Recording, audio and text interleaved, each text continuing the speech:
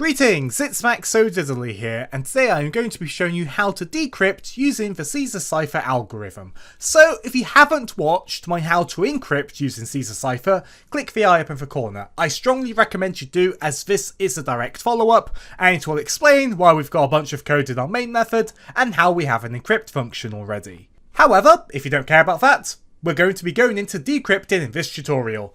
Let's get right into it. So basically, here we're getting user input, then we're going to get a shift, so how many characters we want to shift by in our encryption, and then we encrypt the message, and then we print out the encrypted message. That's all good, but what if we want to actually decrypt the message because we're meant to be the recipient or the receiver of that message? Well, I'm going to show you how to. So basically, we're going to do string decrypted message equals decrypt encrypted message and shift. So we're going to store our decrypted message in a string, and we're going to pass in the encrypted message and the shift so we can successfully decrypt it. Then we're going to print it out. Well, print out the decrypted message. So we are going to do public static string decrypt string message int shift.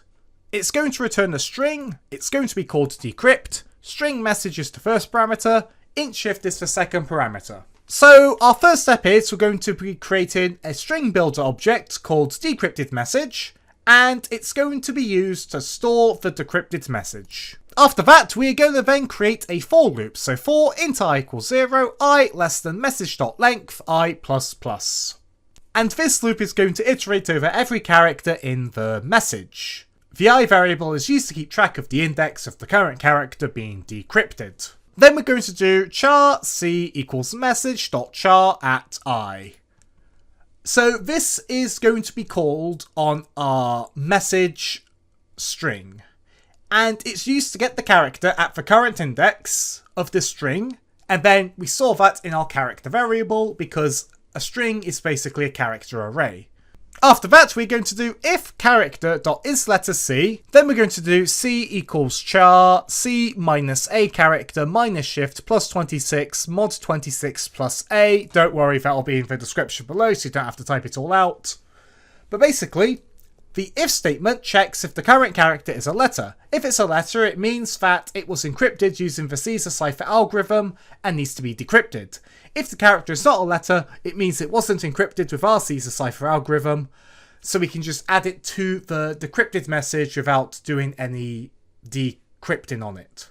So, since we know it's a letter, the ASCII code of the character A is subtracted from the ASCII code of the current character to get the value of the letter in the range of 0 to 25, which is A to Z.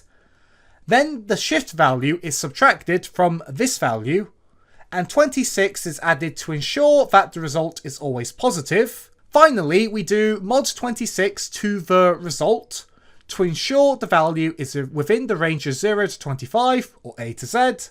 And the ASCII code of the character A is added back to get the ASCII code of the decrypted character. If you want to know more about how this works, click the eye up in the corner and watch the how to encrypt a string using Caesar Cipher in Java. Then our decrypted character is then appended to our decrypted message string builder object by using the append method with C in the brackets. After that, we then do return decrypted message.toString because we've decrypted our message now. We want to return it to where the function was called so we can print it out and do whatever we want with it. So, let's go to the top of our code and click save and hit play. Enter a message to encrypt. We're going to do Max ODidily. Enter a shift of 5. And we get the encrypted message, but then it goes right back to the original message. Let's try again. Let's do 69 420 blaze space it exclamation mark. A shift of 3 will do. So we get our encrypted message, then it goes back to 420 blaze it. You might be thinking, but Max, some of those things weren't encrypted. Well, this only encrypts letters and it automatically makes them all lowercase, to keep it simple. So that's it for this tutorial, be sure to leave a like and a comment if you enjoyed and subscribe for more Java tutorials. Thanks for watching.